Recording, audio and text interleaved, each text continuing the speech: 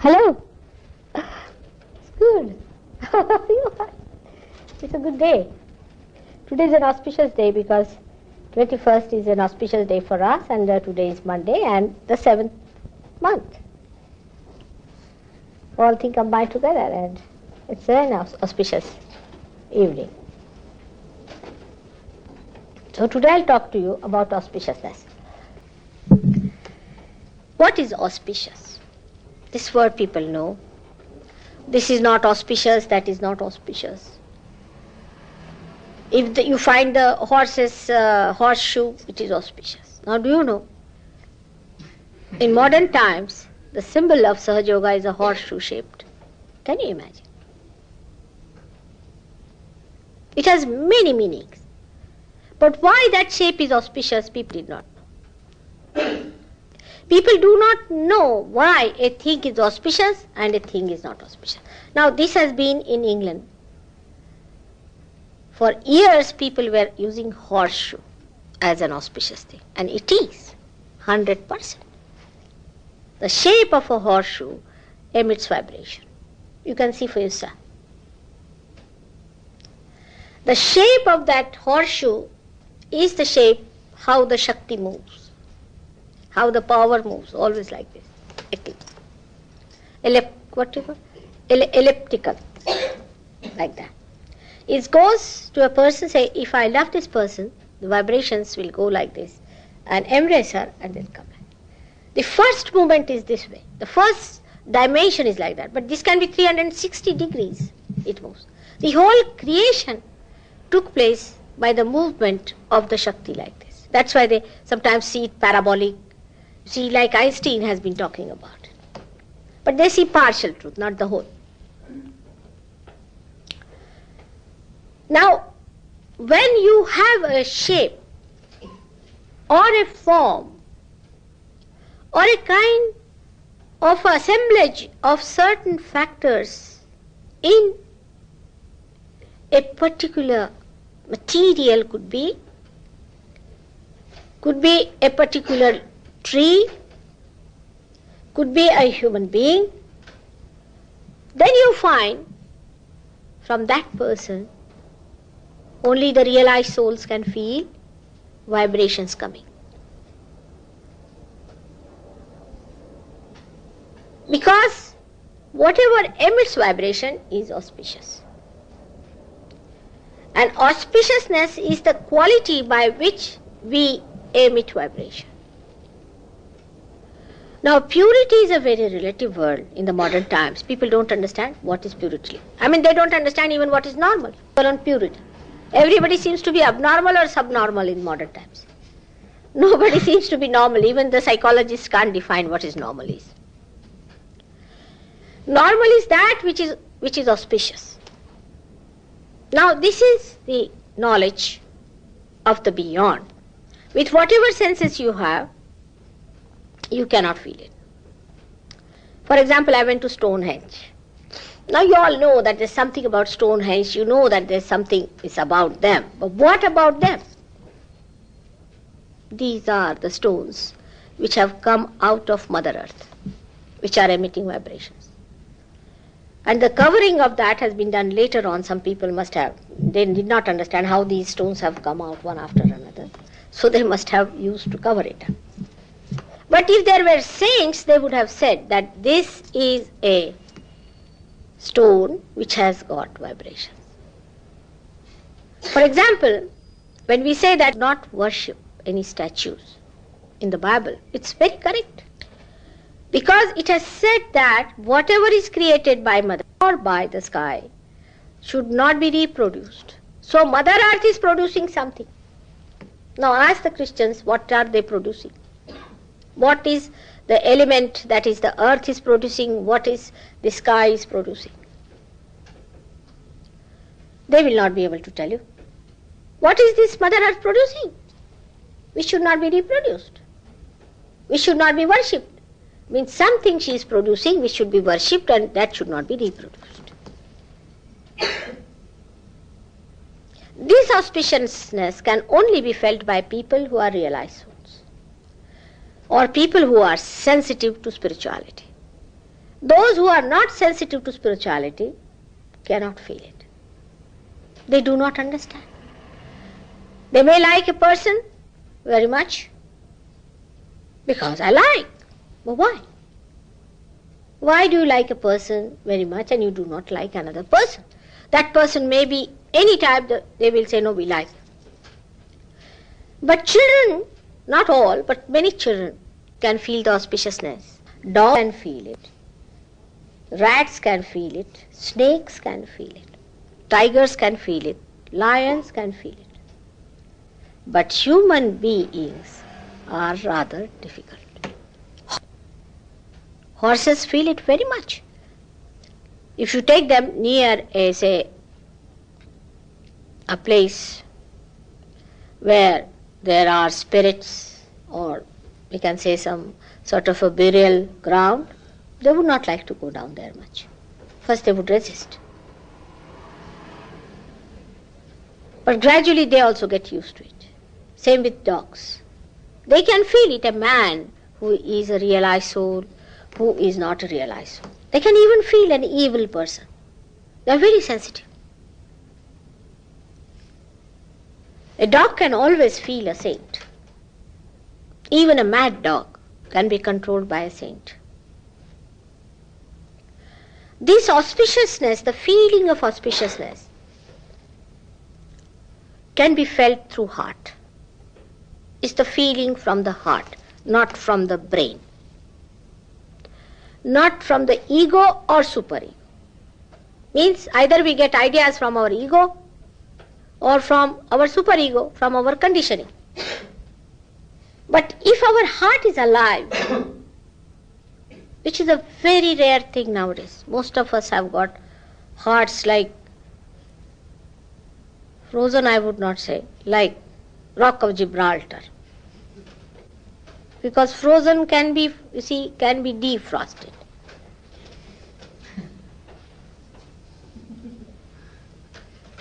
So such a heart, Rock of Gibraltar is living here, you see. And you meet another person and you feel the another is going to just bang on you with that Rock of Gibraltar. I don't know if you have visited Rock of Gibraltar any time. I have.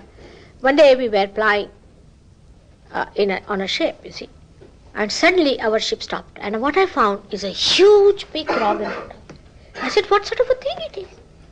Because no ship can go near any rock that near. Because no rock is that steep to give that much draft for the ship.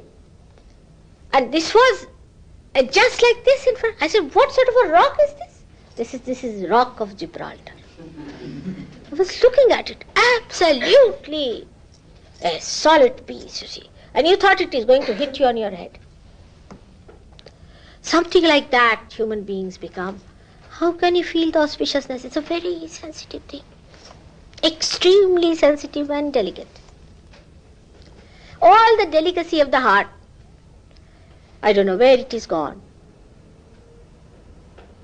Like Lord Byron style. Look at him, what a life he had. He made everyone miserable in his private life. And in his poetry he made everybody cry. Took out their eyes, washed them again, put them back in the sockets. I mean, he was a very great sadist, I felt. Horrible. He could not write anything beautiful. He could not see anything beautiful. He could not say anything that was pleasant. And people have seen have wept and wept and wept. And this fellow was enjoying having a nice time somewhere. It's nice to laugh it out. Because we had two patients who read only Lord Byron and were gone cases.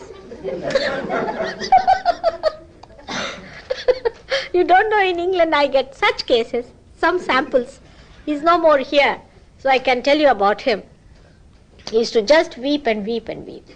And then we didn't do anything with him here, we couldn't do much. I told him, why are you weeping? You see, and then I discovered he was a patient created by Lord Byron.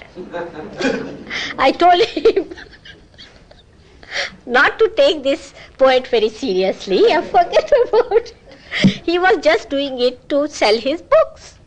But the fellow couldn't get rid of it. You see, he always used to get into that mood and very serious mood and this and that. Then we sent him home. I sent some Sahaja Yogis to his mother, father, very nice people. I must say, they talked to me on the phone, very good people. They said, Mother, if you say we'll keep him in the house, he's a big man. He's a big man, about 30 years of age, you know. And third day, the mother said, I better chuck him out of the house, Mother. I said, why? Where will he go? He said, he's still doing the same thing. He's in the room. I have to serve him food. I have to wash his things. And he's just sitting and weeping there. So, because, you see, the sensitivity is lost. Whom are you giving your heart? To this Lord Byron, of all the person? This is the problem with us. We do not know who is auspicious. For example, Blake, people won't like. I mean, the one who is the poet you have, really, I would say, after Shakespeare. I wonder if Shakespeare was one man or many people put together. But Blake was the poet you had, the greatest of all, I would say. There were so many also others. Wordsworth was another. You can see those who talk of charming things, of pleasant things and beautiful things are the poets. Not these garbage cleaners. What is wrong with us that we cannot make out between the stink and the fragrance? Auspiciousness is the way we emit our fragrance to others. For example, the other day 2 boys got realization and all the Sahaja Yogis ran to just to feel their vibrations. And the rest were left behind because they were enjoying the person, the vibrations of that person. Then I shouted at them, I said, all right, now you have enjoyed, now go and see others also are there. And they would not go near somebody, you see, who was thinking he was a great man sitting down there. Nobody would go near them. They were holding their ears, sitting here, there, everybody avoiding to go to that man. And the fellow must be feeling miserable, I know that, but I went to him and worked it out. But then I found that he was doing something very, very wrong himself. And he said, Mother, I am not evil. I said, no, it's not evil, but whatever you have done is evil. Is to play into the spirits, call them down, put on people, and this is evil thing to do. I did not know, Mother. I said, all right, that's all right. If you did not know, it can be forgiven. But this is what auspiciousness is, that you feel it from your heart which is awakened. The heart must be awakened. In the heart resides the spirit, which is not yet flowing in our consciousness, in our central nervous system. It resides there. The joy itself. I don't know if you have ever seen phosphorus taken out of the water and how it just gets ignited.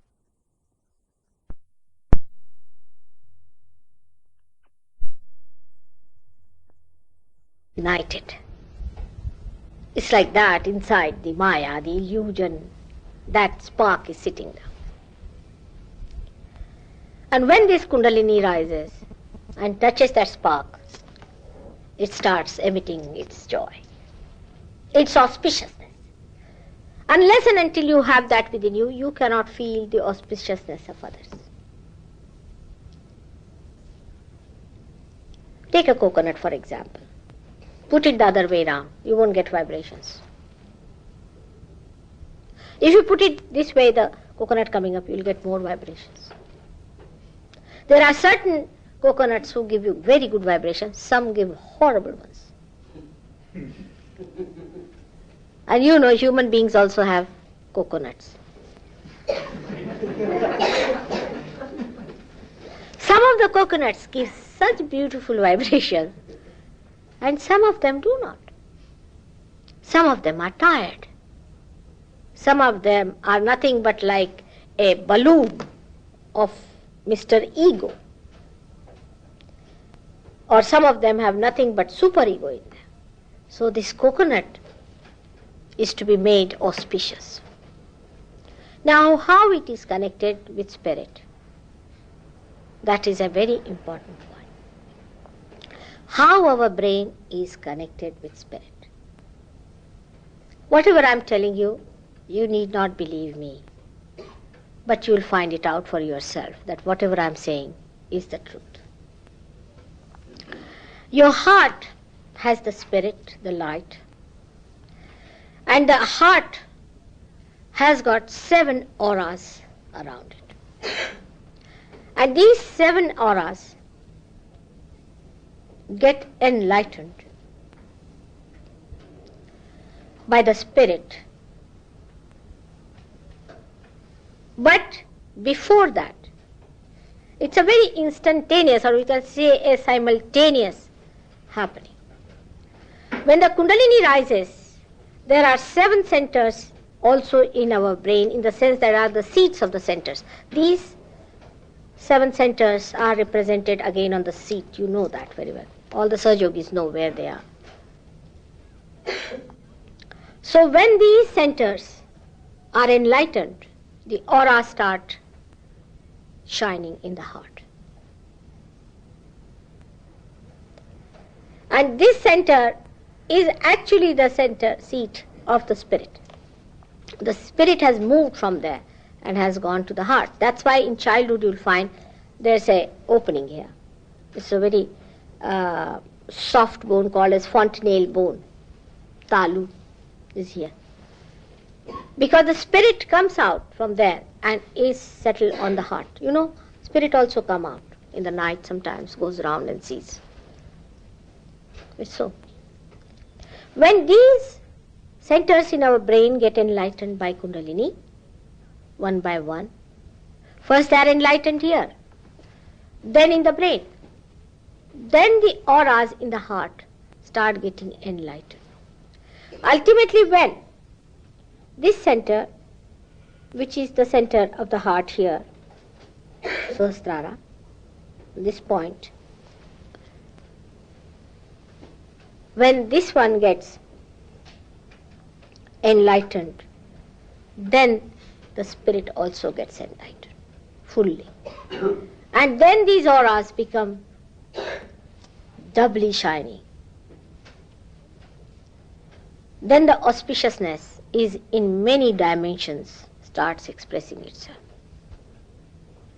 But to keep that light on, one has to keep the Kundalini over here.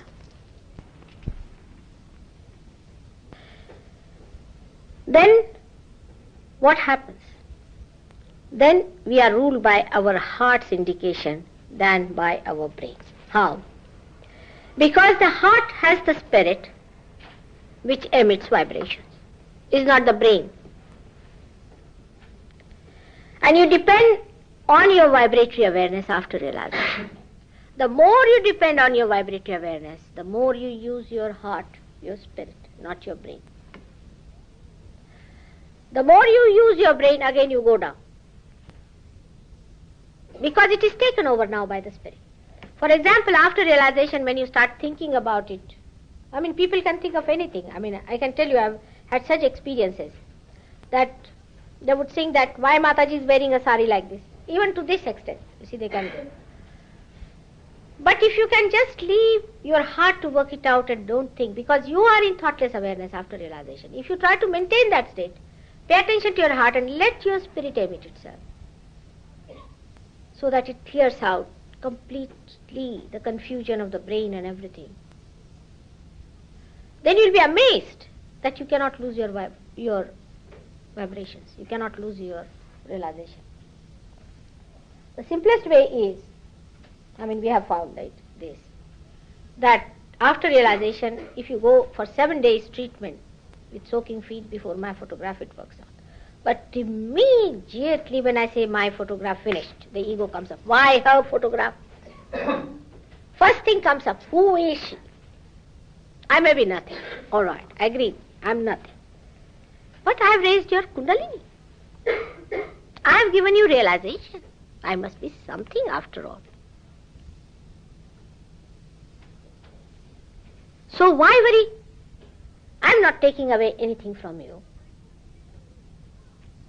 Then you start establishing your auspiciousness, the sense of auspiciousness. Once you have established it, then you do not lose it very easily. You don't like then inauspicious things normally. If there's somebody inauspicious, you say, Mother, No. We can't do anything about this, gentleman. All right. Afterwards, when you become very strong, you don't mind working on anyone whatsoever. But gradually you have to grow up to it. I understand that. But I can't understand people using their rationality to understand Sahaja. How can you understand this great power with your limited rationality? I can explain to an ant about your politics, but I cannot tell you how this divine power works. One day he asked me, Jamil, numerically, to what extent it goes, to what dimensions. And when I told him, he said it is incalculable. I said it is infinite. You cannot calculate. If you put two mirrors facing each other and put some object in between, you cannot calculate how many reflections you will get. Even that you see, but you cannot calculate. But here I am talking about something that does that, which creates this. You cannot calculate all the molecules and the atoms of one element. But I am talking about somebody who has created them and who in every molecule pulsates. How can you understand with this brain? You can only become one with it and enjoy yourself. Why worry? Why do you want to count the molecules? Why this madness? It would be like a bad man going to the seashore to have a nice bath, starts counting the small little pebbles and the grains of the sand.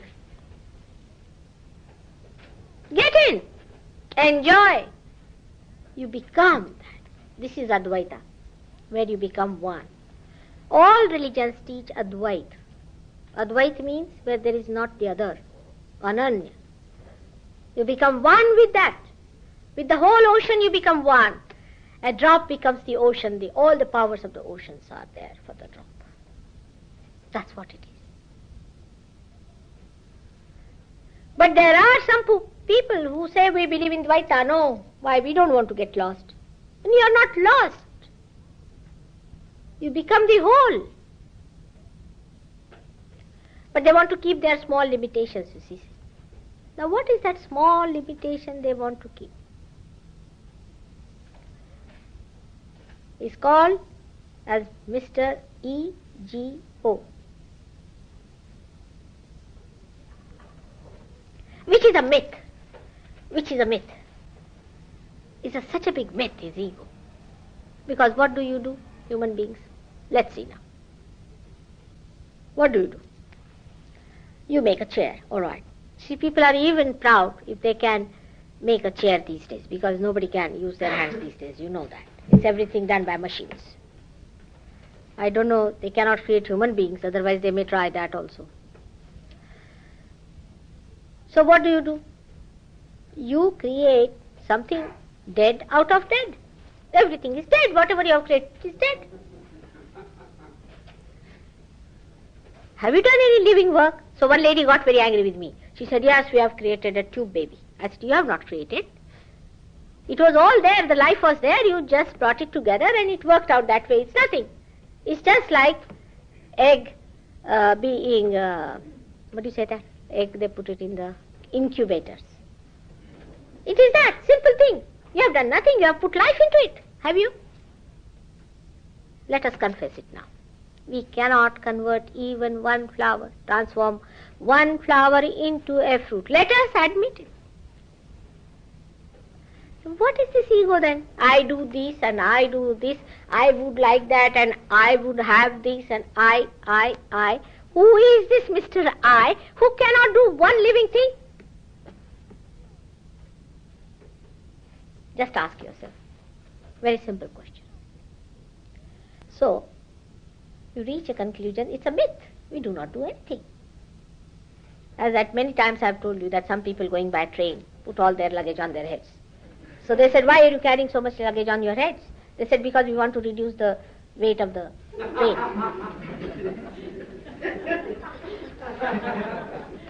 This ego is like that, sitting on your head. I do it. But by brainwashing you, I cannot reduce it.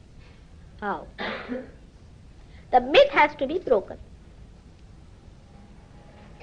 The myth breaks when Kundalini rises. Then how you talk is a very different language. It is not coming, it is not going, it is it. It becomes a third person. Then your power, which is flowing through your hands, you see that going through your hand, which you are maneuvering. You don't say, I am giving you realization. You don't say so. You just say, it is going, it is rising, it is not coming. Even if it is your son, you'll say, I cannot give now, what to do? Like a lady came with me to America once and she was very anxious that I must give realization to her son and all that. So I told her, look at this. Now you have come all the way, I know, for this purpose. But now if the Kundalini doesn't rise, do you want me to say that he's realized? No, Mataji, I know it doesn't rise. Then I said, you give him a realization. I cannot give him. All right, you try. He said, but it doesn't rise. I said, then what to do? If the Kundalini is not coming up, what can we do about it? So, the Kundalini has to come spontaneously. It's a living process. But after realization, you start doing living things. You can raise the Kundalini. You can pulsate the Kundalini. I don't know about pulsation. So far I have not seen any Sahaja Yogi doing. But you can raise it all right. You can give realization. With my photograph it works better. You can give vibrations now to the plants, to the fruit, to any flower like this. If it is dying, it will come to life. If you give vibrations, say, to a field of, or seeds of, say, wheat, they can be multiplied. They can be 10 times more than what they are. Now you have started giving vibrations to the trees, to people. You are doing the living work. Now you have become the ocean of life. So far you were not. Because the power of life is to give life has come in you.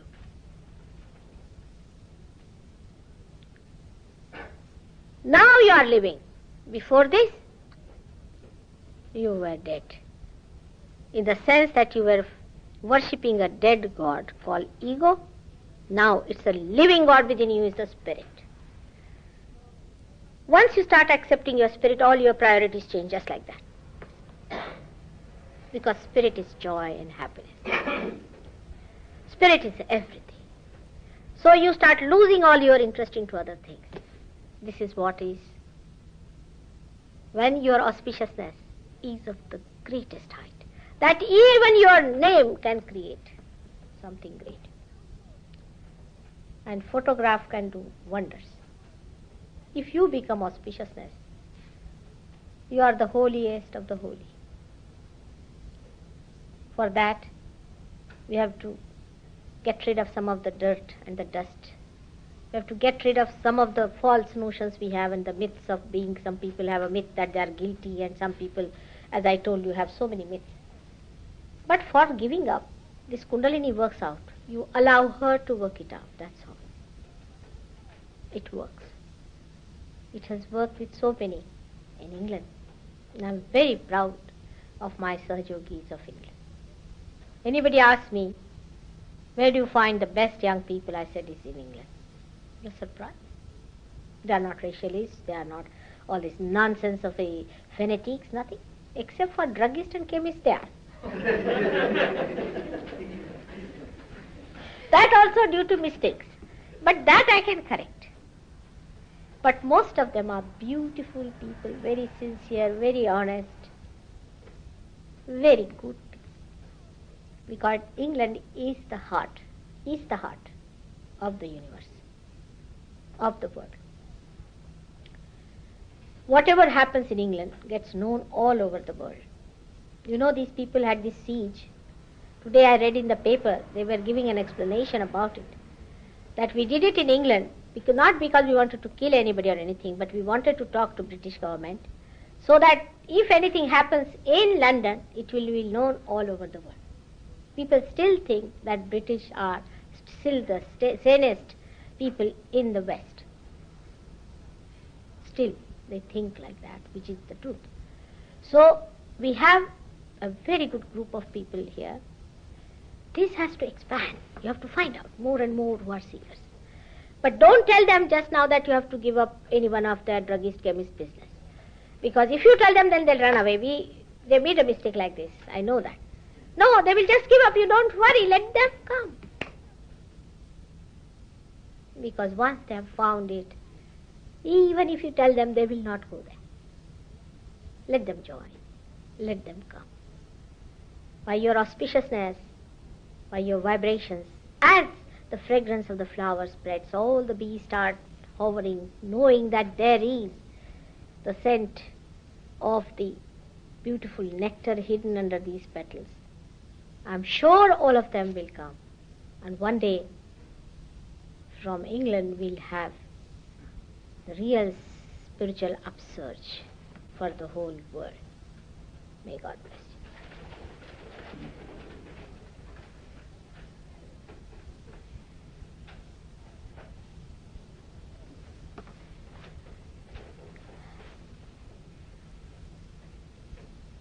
Now for the new people, I would suggest if they come on this side, we can work it out.